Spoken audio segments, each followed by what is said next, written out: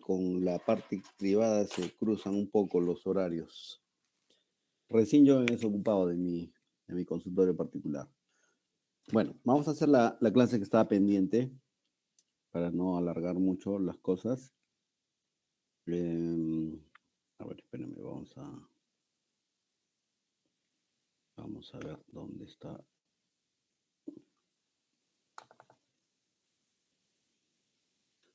Ya, la clase va a hablar de dos puntos específicamente, todo lo que es tumores a nivel de laringe y lo que es abordaje diagnóstico de masa en cuello. Vamos a hablar sobre tumores laringeos primero.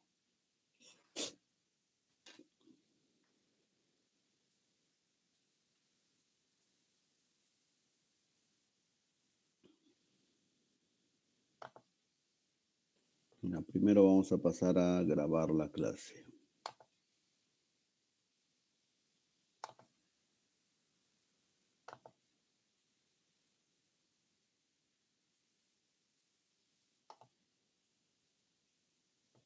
¿Dónde se ponía para grabar? ¿No eran los tres puntitos? Sí, ahí sale, doctor, administrar grabación, me parece. Ah, ya, Ha administrar cambiado. grabación. Ya, ok. Ok.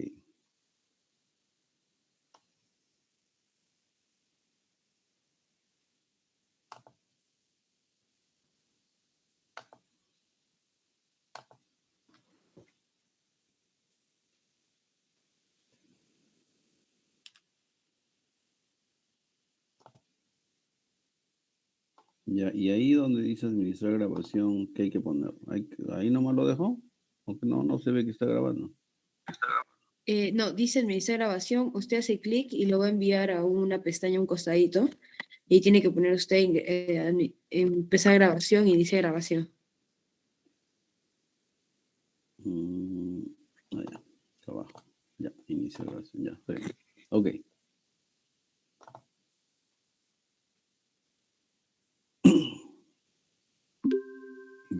Ya está empezando, ya empezó la grabación.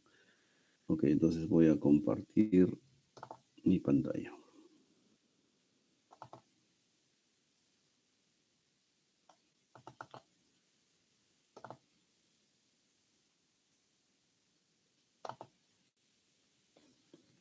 Bien.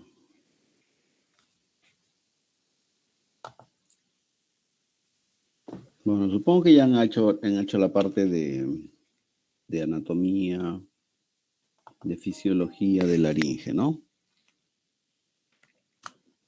Entonces vamos a abocarnos ahora a lo que es tumores laringeos. Vamos a hablar primero de los tumores benignos. En realidad hay varios tipos de tumores, como ven en este cuadro, de tipo benigno, tanto neoplásicos como no neoplásicos, ¿no? Doctor, disculpe, Sí. solo se ve la primera pantalla. En todo caso, para agrandar la pantalla, el librito que está al lado de la copita, porque si no, no se mueven las diapositivas. Al lado de la copita hay un librito. Ya, a ver.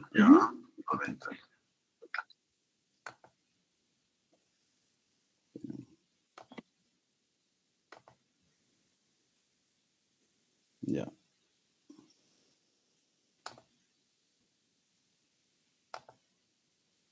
Ya, ahí está mejor. Ah, ahí ya se ve. Sí, doctor, ya se ve. Ya. Entonces, vamos a hablar de algunos de los tumores de laringe. El primero que vamos a hablar es sobre los nódulos laringeos, ¿no? El nódulo laringeo es una condensación de tejido conectivo hialino a nivel de las cuerdas vocales. Es la causa más común de disfonía tanto en niños como en adultos y es más frecuente en mujeres, en 80-90%. Edad más o menos entre 20 a 50 años y en los niños es más frecuente en los varones, sobre todo en los niños que son gritones, chillones, ¿no? Que a veces se ven en los colegios. El principal factor etiopatogénico es el abuso vocal o llamado también el fonotrauma. Pero, sin embargo, se ha visto que en algunas personas puede haber una predisposición individual determinada genéticamente, ¿no? Y a esto, a este factor principal que es el abuso vocal, hay otros factores irritantes que van a poder favorecer, digamos, la presentación de esta patología, como el reflujo extraesofágico, la alergia, los cambios bruscos de temperatura, etcétera. Al inicio, cuando se produce el fonotrauma debido a un abuso vocal, inicialmente va a haber un edema, posteriormente puede haber una hemorragia de la submucosa de las cuerdas vocales y luego la hialinización y fibrosis de esta zona. ¿Cuál es el cuadro clínico? Es una disfonía persistente. Siempre que nosotros tengamos un paciente con disfonía, hay muchos pacientes que vienen con disfonía, pero siempre tenemos que nosotros diferenciar la disfonía de un cuadro agudo de una disfonía crónica o persistente, ¿no? Cuadro agudo, una laringitis, por ejemplo, que supongo que ya han revisado ese tema, va a dar una disfonía de poco tiempo de duración, mientras que un nódulo laringio es una disfonía persistente. Siempre que nosotros encontremos a un paciente con disfonía persistente o crónica, lo primero que tiene que pasar por nuestra cabeza es que debe haber alguna alteración anatómica, básicamente alguna tumoración o algún tumor, ¿no? La otra opción es que haya una parálisis de la cuerda vocal. Entonces, vuelvo a reiterar, disfonía persistente, fatiga vocal. ¿Qué significa fatiga vocal? Que el paciente, a medida que va hablando en el transcurso del día, va empeorando. O sea, durante las primeras horas de la mañana, su voz es más clara y en el transcurso del día su voz se hace más ronca. Dolor en el cuello con la fonación prolongada. Es típico en los profesionales de voz. El típico profesional de voz, ¿cuál es? Es el cantante, ¿no? Entonces, por eso que estos nódulos laringios también se les ha llamado los nódulos del cantante. Pero también se ve no solamente en las personas que trabajan con su voz, también se ven las personas que gritan habitualmente, ¿no? Por ejemplo, a ver, los jaladores en los carros, ¿no? Que llaman a los pasajeros para que suban a los carros. Son personas que gritan, que habitualmente están levantando su voz. Eh, la localización de los nódulos básicamente es a nivel de la zona donde hay mayor vibración en la cuerda vocal, que es la unión del tercio anterior con el tercio medio. Y otra característica importante de los nódulos laringios que son bilaterales y son simétricos. Estos son ejemplos de nódulos. Bueno, acá un esquema. Y acá ven ustedes, ¿no? Bilaterales, simétricos, frente a frente, unión del tercio anterior con tercio medio de las cuerdas vocales. ¿Qué exámenes complementarios podríamos hacer nosotros para poder confirmar el diagnóstico? Básicamente ver la lesión, ¿no? Y esto lo vamos a ver cómo, principalmente haciendo una laringoscopía. Una laringoscopía. Hay varias formas de hacer la laringoscopía. La forma más simple es hacer una laringoscopía indirecta, ¿no? La laringoscopía indirecta es un examen un poquito antiguo, descrito inicialmente por un español, Manuel Rodríguez, que era músico, no era médico, y que describió el examen con un espejito que lo ponía traccionando un poco la lengua del paciente y pudo ver en una persona las cuerdas vocales. Nosotros aún hacemos este examen, que es un examen que se puede hacer fácilmente en el consultorio, pero no es muy sensible, a veces es un poco difíciles en algunas personas por la anatomía de su vía aérea, porque tienen el cuello corto, porque tienen un malampati elevado, porque tienen un reflejo nauseoso muy exagerado y entonces eso puede hacer de que la visión de las estructuras de la laringe no sea muy buena. Entonces, a eso ayudan en estos casos los exámenes auxiliares, como son la laringoscopía, tanto directa con un laringoscopio, en algún caso se puede hacer, o con una fibrolaringoscopía o una laringoscopía rígida. Y a esto hay algunos aditamentos como la luz estroboscópica que nos permite ver con más detalle el movimiento de la onda mucosa a nivel de las cuerdas vocales. Y la videolaringoscopía, bueno, cuando está estas imágenes que se toman de la laringe se graban a nivel, como un video en el equipo con el que estemos usando, pues, ¿no? Básicamente, como han visto, es mirar las cuerdas vocales, ¿no? El tratamiento en el nódulo laringio es médico en la mayoría de casos, ¿no? Y este tratamiento médico tiene varios puntos, ¿no? El primero es hacer comprender al paciente que el origen de su problema es el abuso vocal y que si no corregimos el abuso vocal, no estamos corrigiendo nada. Después es reposo de voz y reeducación vocal a cargo de un foniatra, pero acá en nuestro medio pues no hay foniatras. Entonces muchas veces tenemos que hacerlo nosotros o enviarlo con el médico de rehabilitación que tengan algo de experiencia en terapia de voz. Psicoterapia, según el caso, ¿no? Sobre todo en niños que son gritones o en personas que en realidad elevan la voz sin necesidad de hacerlo. Ahora, cerca del 80% de los casos es un pronóstico bueno con tratamiento médico.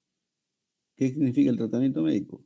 Decirle al paciente o a la paciente, porque como le dije es más común en mujeres, tienes que estar muda, tienes que hacer reposo de voz durante un periodo que varía entre los 10, 15 días, ¿no?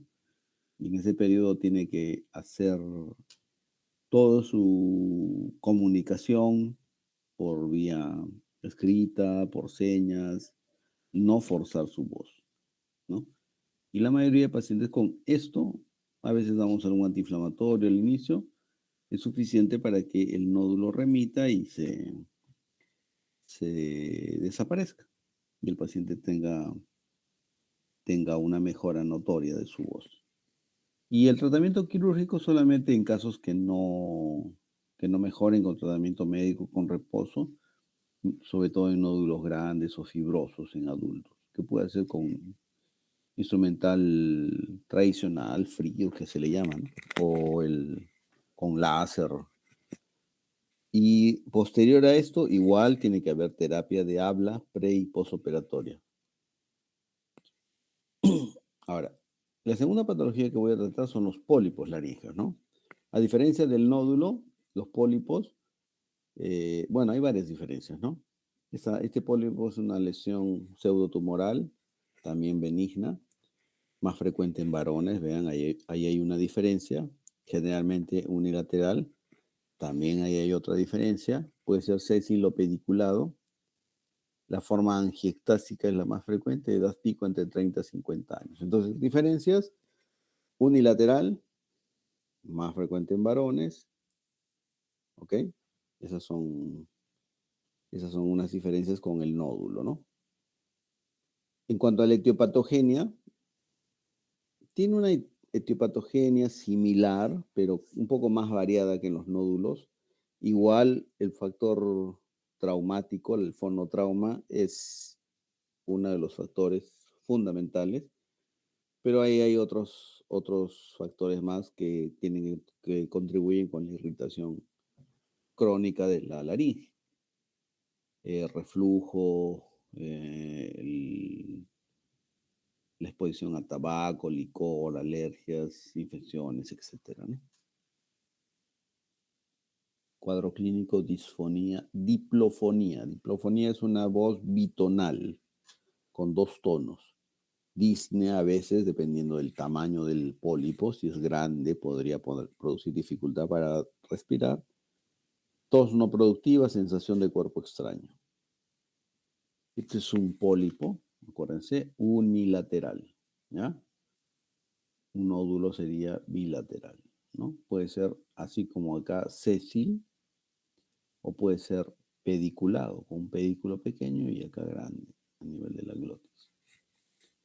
Igual principalmente en la unión del tercio anterior con el tercio medio. Vean, son pólipos, diversos tipos de pólipos. El de la izquierda, un pólipo sésil, el de la derecha, un pólipo pediculado. Acá hay otra diferencia más con el nódulo, que el tratamiento es básicamente quirúrgico. ¿Qué significa el tratamiento quirúrgico? La resección endoscópica o microscópica de las lesiones, que puede ser con el instrumental frío, o sea, con las pinzas, tijeras, lo que tengamos para extirpar esa lesión. Y en algunos casos se ha planteado el uso de láser, terapia del habla, pre y post operatoria, y tienen un buen pronóstico. Estos son algunos ejemplos de pólipos. Este es un pólipo antes de operarse y después de operarse. El edema de Reinke es una acumulación de fluido de edema en el espacio de Reinke, que es el espacio subepitelial, ¿no?, de las cuerdas vocales. Causa también abuso vocal, tabaquismo, factores irritantes, ¿no? Vean que la etiopatogenia en varias patologías es más o menos la misma, ¿no?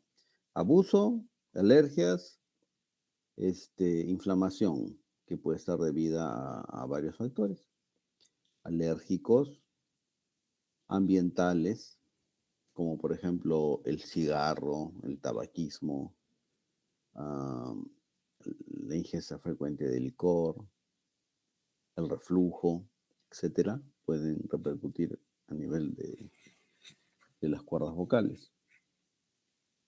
Entonces, cuando se ve un paciente con edema de Reinke, vemos un edema en difuso. Y el tratamiento, bueno, al inicio es médico, antiinflamatorio, reposo de voz, que más o menos más de lo mismo que estamos hablando, pero en algunos casos que sean rebeldes al tratamiento, puede ser necesaria una cirugía y posteriormente una reeducación vocal y eliminación de tabaquismo. Las úlceras o granulomas de contacto son debidos a trauma a nivel de los procesos vocales de los aritenoides que golpean el uno contra el otro, resultando esto en ulceraciones y formaciones de granulomas. Algunos casos tienen relación a reflujo faringo-laríngeo. ¿Cuáles son los síntomas? Disfonía, carraspera, dolor que empeora con la fonación. Y al examen, úlcera uni o bilaterales en los procesos aritenoideos de congestión, de la mucosa que está por debajo, ¿no? Puede haber granulomas. Eso vemos, por ejemplo, en casos de reflujo. El manejo es terapia antirreflujo, terapia vocal, esteroides inhalados o intralesionales y el tratamiento quirúrgico en caso de granulomas.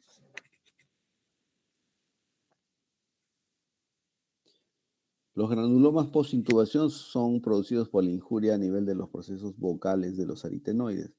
Recuérdense que los aritenoides tienen un proceso vocal y un proceso muscular. El proceso vocal es donde se inserta el ligamento vocal, que es parte del músculo cricotiroideo.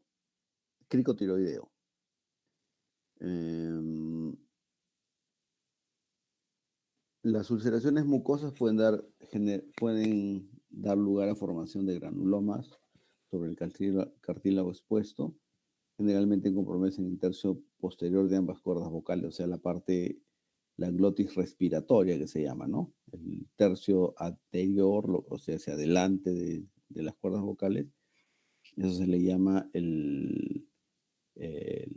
la laringe respiratoria, mientras que la parte fonatoria, mientras que la parte posterior se le llama la glotis respiratoria, ¿no? Entonces, los granulomas generalmente post-intubación están en el lugar donde han estado en contacto con el tubo endotraqueal, que generalmente es la comisura posterior de la laringe.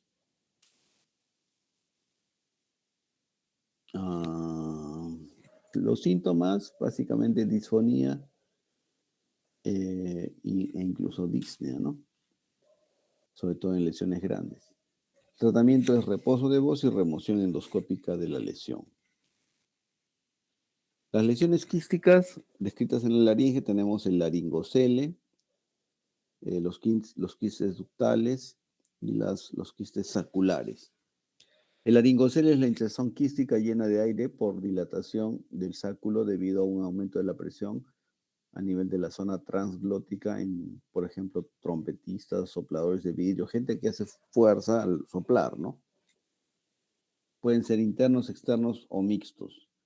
¿Cuáles son los síntomas? Disfonía, tos, obstrucción de la vía aérea, sobre todo cuando son quistes muy grandes, tumoración reducible en el cuello que aumenta de tamaño con la tos o con la maniobra de Valsalva, sobre todo en los laringoceles externos. El tratamiento es la excisión quirúrgica. Por ejemplo, este es un laringocele, vean. Un aumento de volumen, una producción en el cuello que aumenta con la maniobra de Valsalva, ¿no? También hablamos de los quistes ariepiglóticos, como el que estamos viendo acá en la imagen. Bien, ahora, dentro de los tumores verdaderos tenemos al papiloma laríngeo o la papilomatosis laríngea, ¿no? La papilomatosis laríngea es una neoplasia benigna de la laringe, es la más común en la infancia y es la segunda causa más frecuente de disfonía en los niños. Puede afectar a personas de cualquier edad. Tiene una forma infantil que se presenta en los niños menores de 12 años, que es más agresiva si la comparamos con la forma del adulto. Y el pico de esta forma infantil está entre los 2 a 4 años de edad. Y entonces, aparte de lo que ya he mencionado, tenemos una forma del adulto y a menor edad que tenga el paciente cuando inicia los síntomas, hay mayor gravedad clínica. Y la evolución de las papilomatosis laringias en los niños es variable e impredecible. Mientras menos edad tenga, cuando se diagnostique, es mucho mejor el pronóstico.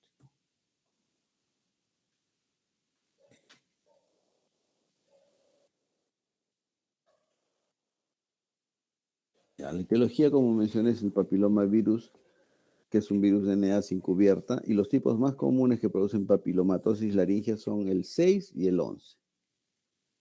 Se ha establecido los serotipos, ¿no? Se ha establecido una relación conocida entre la infección cervical de la madre y la papilomatosis laringea recurrente, más o menos entre 1 a 8%. Puede ser también por activación de una infección presente al nacimiento o por una infección adquirida. Y este papiloma es exacerbado por la presencia de reflujo extraesofágico. La papilomatosis, desde el punto de vista anatomopatológico, se ve al microscopio unas proyecciones pseudodigitales de epitelio escamoso, estratificado no queratinizado, sostenido por un estroma muy vascularizado. Y macroscópicamente, o sea, al examen de laringe, vamos a ver lesiones sésiles o pediculadas en grupos exofíticos irregulares que son de color blanquecino o de color rosa, como ven acá. Estas lesiones verrucoides, ¿no?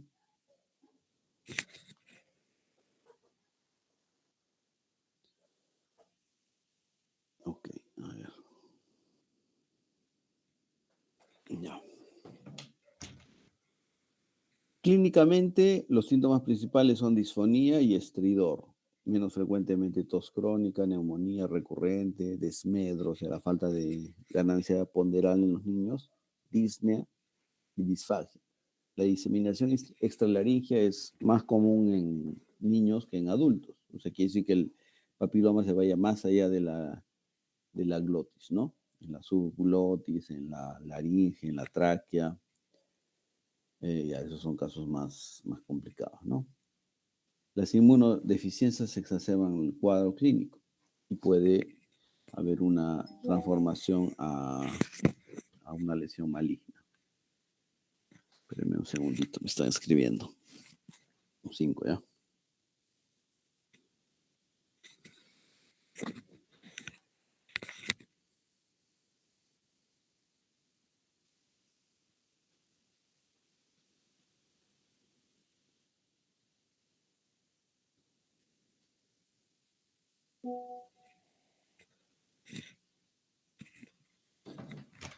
Ya. ¿El cuadro clínico cuál es? Disfonía, estridor persistentes y progresivos. Como le dije yo, estridor persistente y progresivo es tumoración hasta que no demostremos lo contrario. Sufrimiento respiratorio, dificultad respiratoria, sobre todo en niños. En el interrogatorio hay que ver el inicio, el antecedente, la intubación, el tipo de llanto, sobre todo en niños, etc. Y el antecedente de condilomas a nivel genital en madre o en padre. A la exploración física hay que medir la frecuencia respiratoria y eso nos va a dar una idea del grado de estrés respiratorio que tiene, sobre todo en niños. Auscultación de los pulmones para descartar alguna otra patología, oximetría para medir la saturación de oxígeno y fundamentalmente endoscopía laringea para observar las lesiones características de papiloma. El tratamiento básicamente es quirúrgico, es de elección. Se puede hacer microcirugía, como ven en la imagen, con microscopio, o cirugía endoscópica de laringe, que es lo que está más ahorita en boga, ¿no? Todo lo que es endoscopía. Ya que nosotros trabajamos en cavidades naturales, es un poco más fácil para nosotros entrar a través de las cavidades naturales, nariz, boca, faringe, oído, laringe, ¿no? Sin necesidad de crear nosotros una vía, por ejemplo, en una laparoscópica, ustedes tienen que meter un trocar y ese es el camino por donde se va a ingresar. Nosotros no tenemos que hacer eso porque tenemos los orificios naturales. ¿Ya?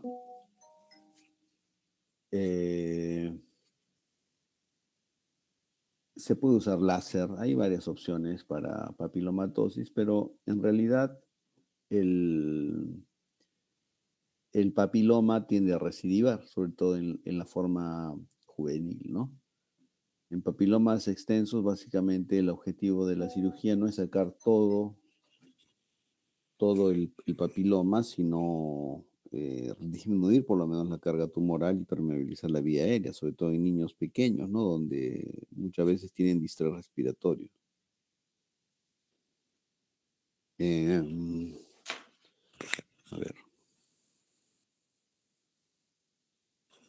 Ok, el tratamiento coadyuvante básicamente se puede dar en 10% de casos. Los criterios para tratamiento coadyuvante son la presencia o la necesidad de más de 4 procedimientos quirúrgicos por año o papilomatosis que produzcan sufrimiento respiratorio o distrés respiratorio. Y el tratamiento coadyuvante más usado o más frecuentemente usado es el interferón alfa. No se conoce exactamente el mecanismo exacto de acción de este interferón.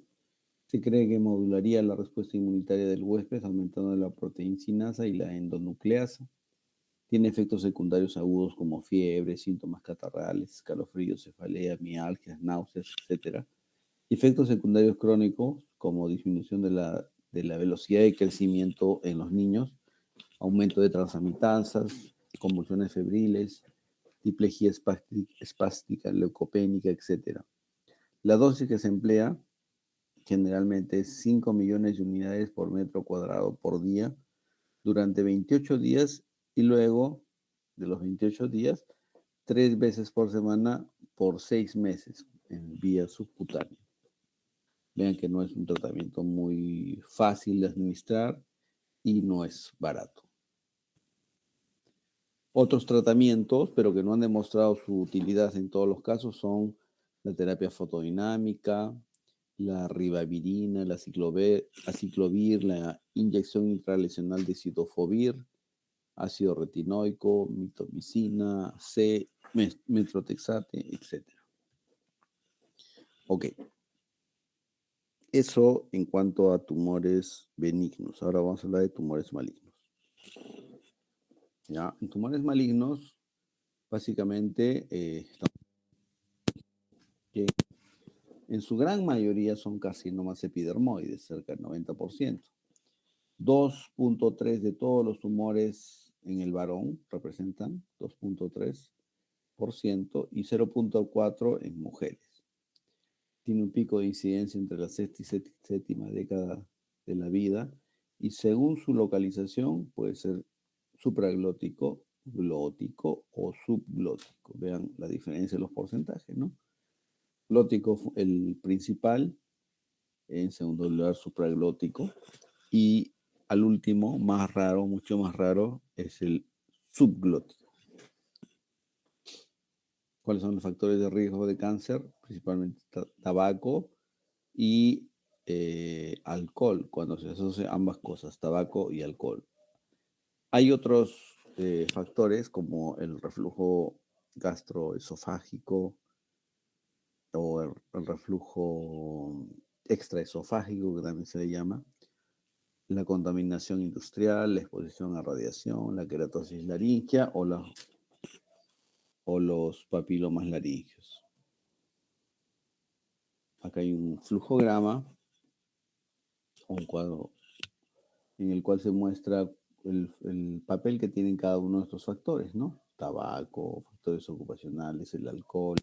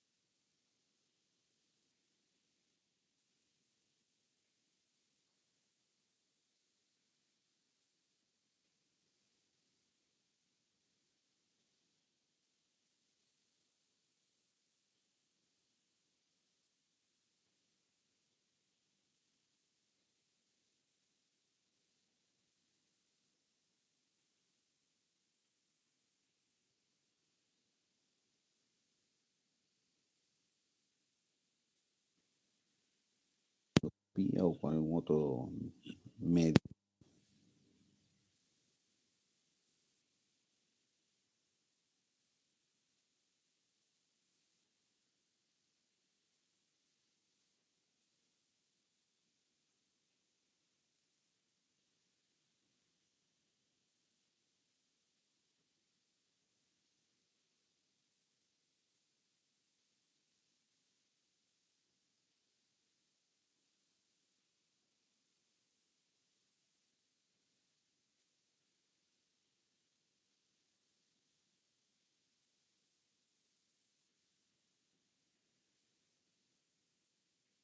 Doctor, disculpe, no se le escucha.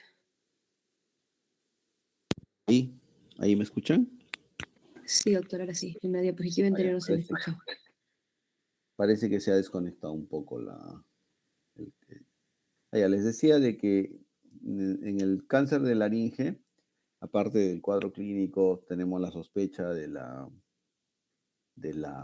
lesión. Entonces tenemos que hacer estudios diagnósticos, ¿no?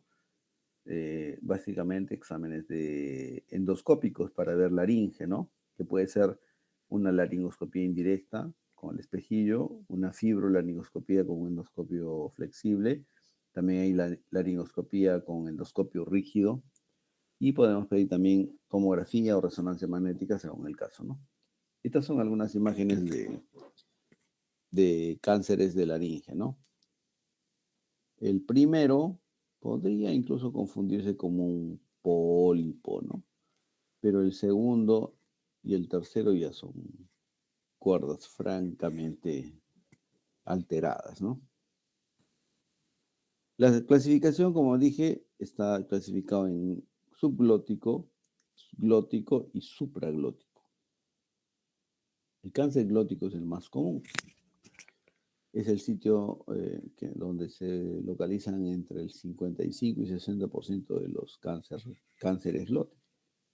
La mayoría se presenta en estado temprano.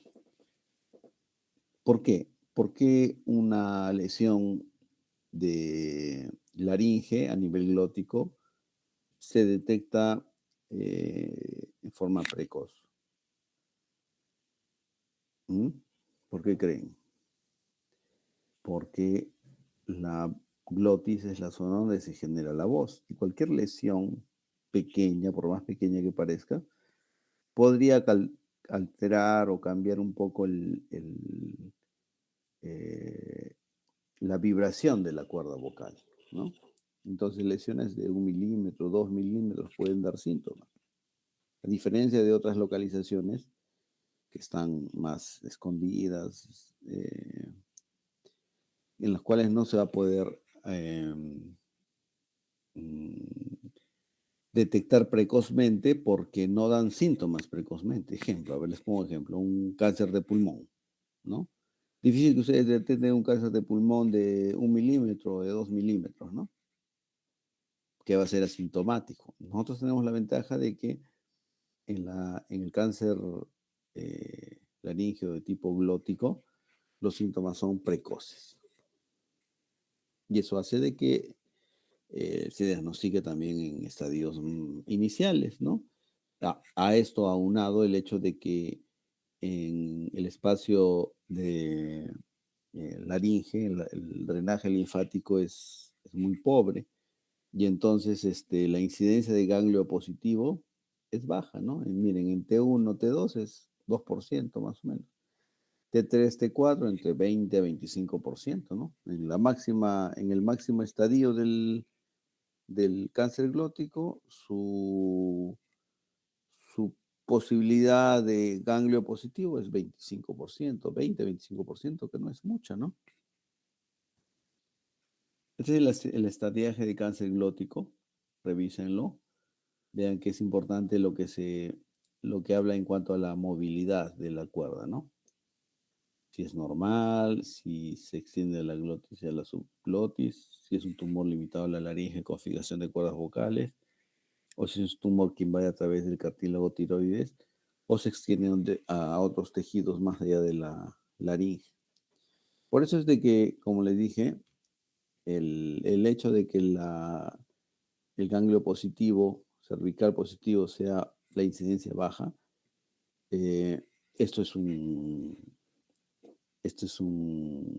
algo beneficioso, ¿no? Para el manejo de esta patología, ya que estamos encontrando o vamos a encontrar lesiones o pacientes con lesiones menores de 2 milímetros y esos pacientes van a entrar en tratamiento precozmente y eso lógicamente va a mejorar la sobrevida, ¿no?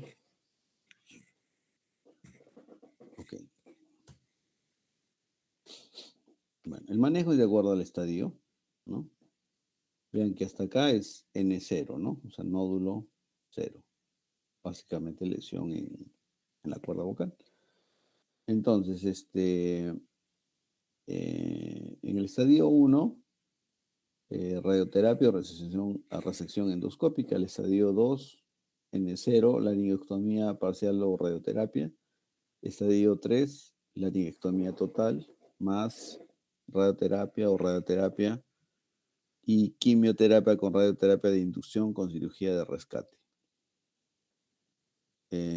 Estadio 4, laringectomía total con radioterapia posoperatoria o quimioterapia de inducción y radioterapia con cirugía de rescate. Igual en todos estos casos el manejo del cuello básicamente se hace en el estadio T4, N1 a 3, ¿no? Bueno, vamos a desmenuzar eso entonces. El cáncer supraglótico representa más o menos entre el 20 y el 30% de los cánceres de laringe. La mayoría son epidermoides, se presentan con compromiso de ganglios positivos en un 36 a 55%. El estadiaje del supraglótico en T1 es tumor limitado a un sitio en la supraglotis con movilidad conservada de la cuerda. T2 es el tumor que invade más allá del subsitio de la supraglotis o glotis con movilidad conservada de la lengua. El tumor T3 es un tumor limitado a la laringe con fijación de la cuerda. o invasión del área postcricoidea, pared media del seno piriforme o tejidos periepiglóticos. Y el estadio 4, tumor que invade cartílago tiroides y no se extiende a otros tejidos por fuera de la laringe. ¿Cuál es el manejo? También de acuerdo al estadio, ¿no? En el T1, T2, N0 es laringectomía supraglótica o radioterapia. T3, 0, laringectomía total más radioterapia o quimioterapia. Radioterapia o quimioterapia. Inducción seguida de radioterapia. T4 con N1, N3, laringectomía total con radioterapia posoperatoria o quimioterapia de inducción y radioterapia y cirugía de rescate.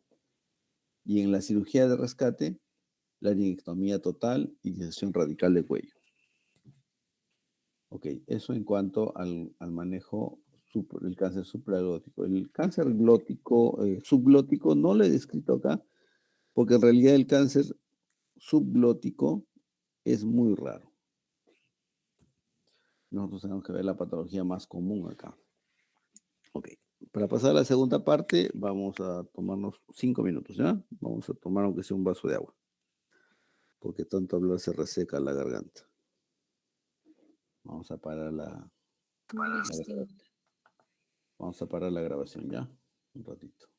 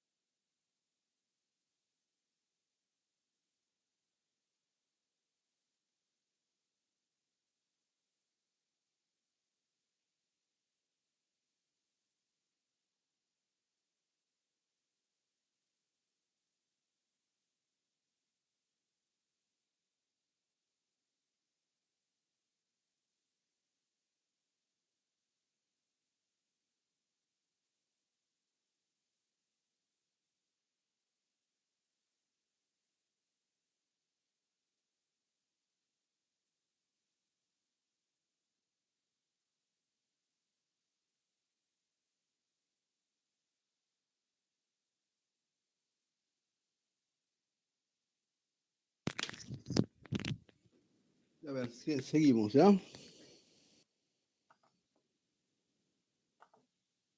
Sí, doctor. Seguimos la grabación. A ver, o seguimos la presentación.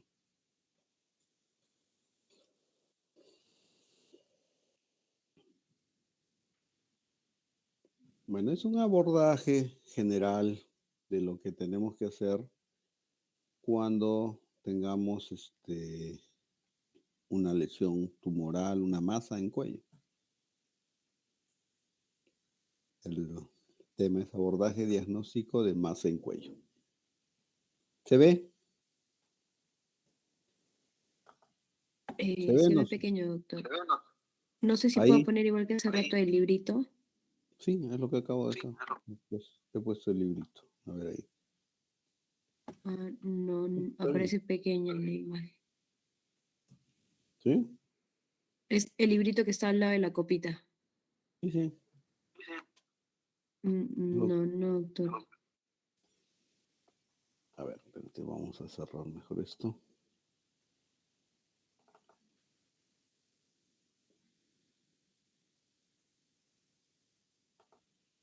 Ahí. ¿Ahí se ve o no se ve? Ah, no, dejó de compartir, doctor. Ya. Espérate.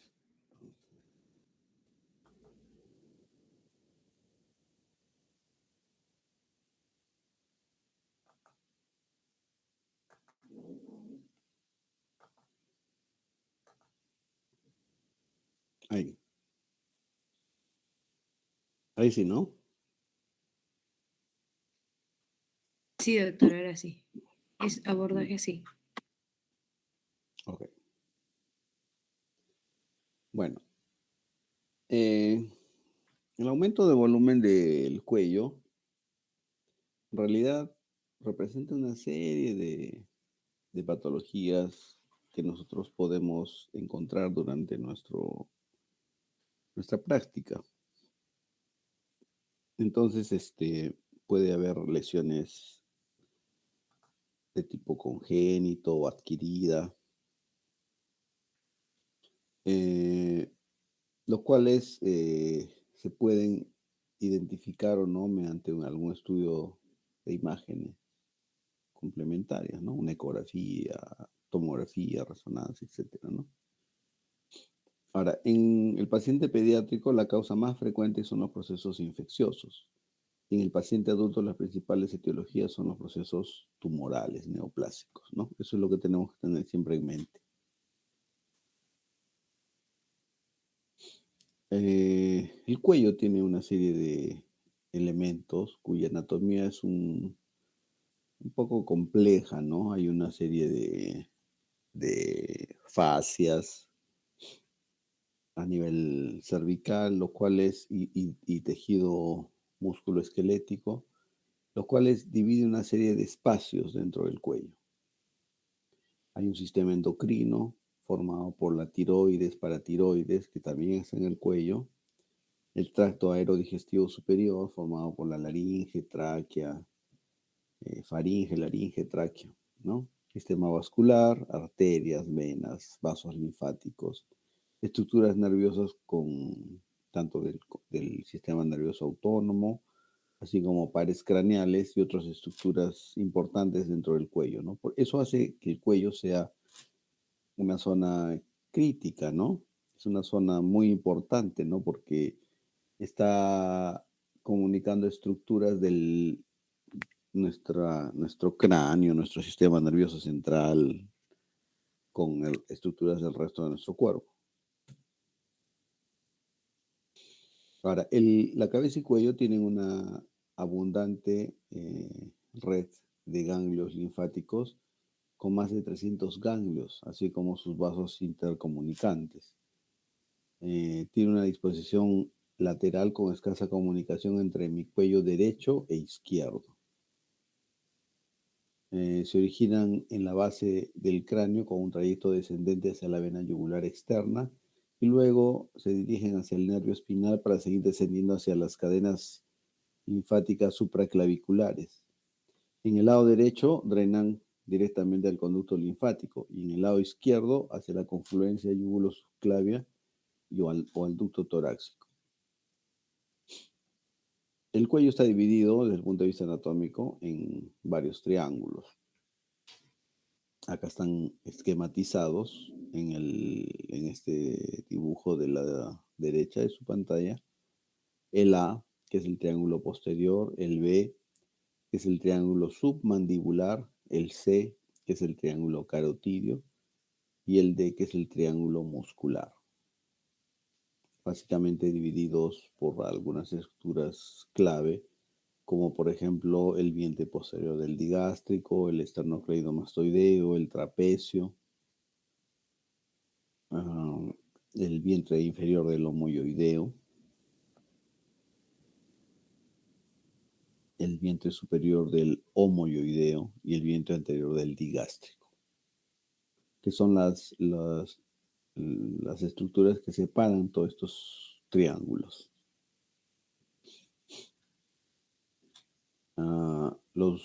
El cuello tiene una serie de grupos ganglionares.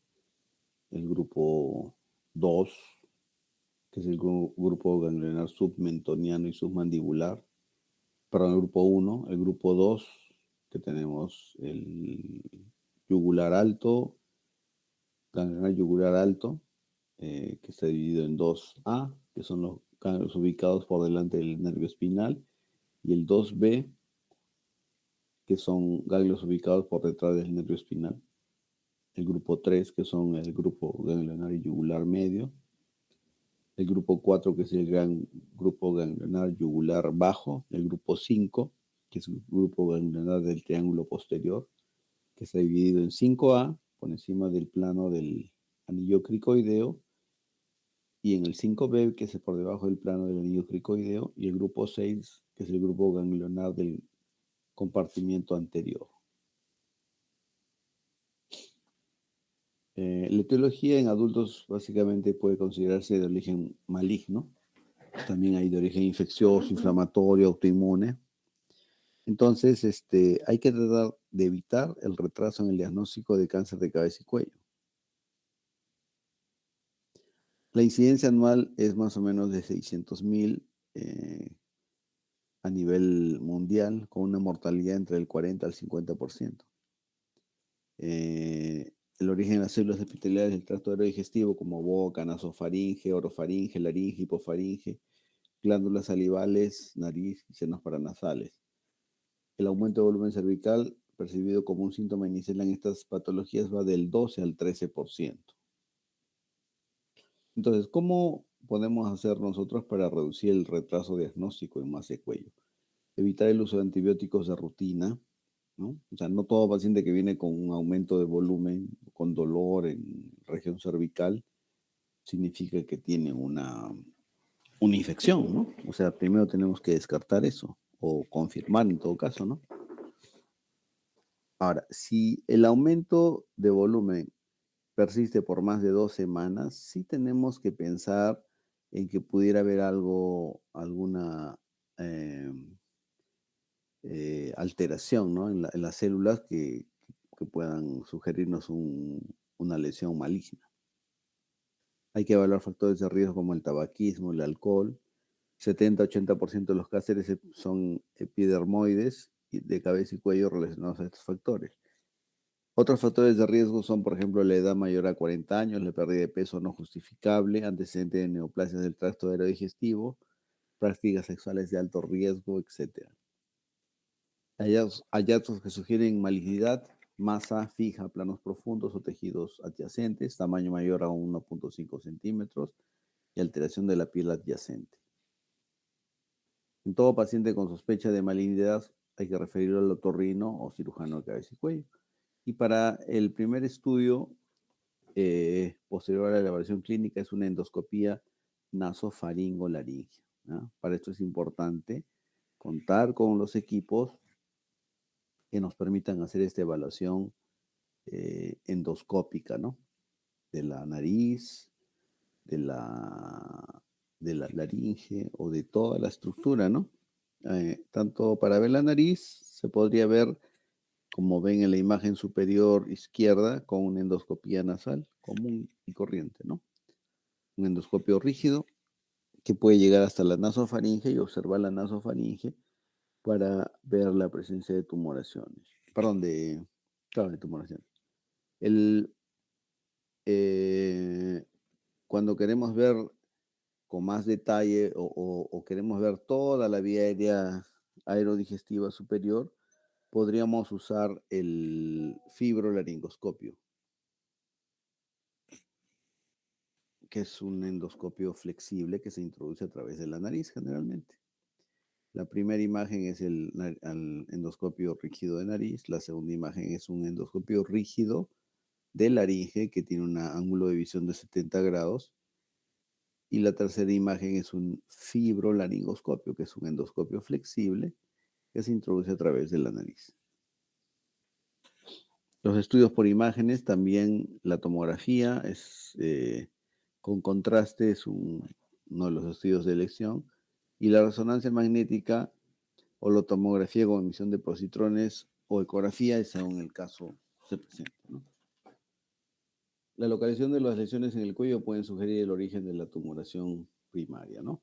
Por ejemplo, labio y cavidad oral usualmente drenan hacia los grupos ganglionares 1 y 3, faringe y laringe a los grupos 2 y 4, tiroides, linfomas a los del grupo 5, fosa supraclavicular a nivel cuarto, 50% son de origen infraclavicular. 80% de los cánceres con metástasis a ganglios cervicales son del tracto aerodigestivo y hasta 90% son carcinomas de tipo epidermoide. También pueden ser linfomas o adenocarcinomas. Los adenocarcinomas con metástasis cervicales, tiroides, mama, pulmón, riñón, esófago, estómago, etcétera, colon o hepatocelular, ¿no? Y el método ideal es la biopsia por aspiración con aguja fina, que se conoce como BAF, ¿no? El BAF tiene un rendimiento según el órgano que se vaya a punzar. El BAF, ¿qué significa? Son las siglas de biopsia por aspiración con aguja fina. Es si bien es cierto, es un procedimiento invasivo, pero es un procedimiento mínimamente invasivo, es porque simplemente se entra con una hojita finita a punzar el tumor. El riesgo de siembra tumoral es mínimo, menos del 12 por 10.000. Se puede hacer incluso mediante guía endoscópica. Algunos de los colegas están haciendo ese tipo de abordajes en lo que se llama la radiología intervencionista, ¿no? En caso de sospecha de malignidad, pero sin diagnóstico de certeza a pesar de los medios clínicos, imagenológicos e invasivos, se debe realizar una endoscopía del tracto aerodigestivo superior previo a la biopsia abierta. En caso de realizar la misma, habiendo agotado las opciones previas, se debe informar al paciente de los riesgos de siembra tumoral. El tratamiento de las lesiones malignas de cabeza y cuello requiere un equipo multidisciplinario, donde esté el otorrino, el cirujano de cabeza y cuello, el cirujano maxilofacial, los protecistas, psiquiatría, rehabilitador, cirujano plástico, etc. Entonces, conclusión. El manejo de las masas en cuello del paciente adulto debe ser un abordaje dirigido a descartar malignidad de primera instancia. Los datos clínicos de infección pueden favorecer el manejo de antibióticos, pero estos no deben prescribirse en forma indiscriminada. Cualquier masa en cuello con más de 2 semanas de persistencia debe ser estudiada clínica, radiológicamente y con citología. Y el mejor estudio para la valoración inicial son la endoscopía aerodigestiva alta y la tomografía.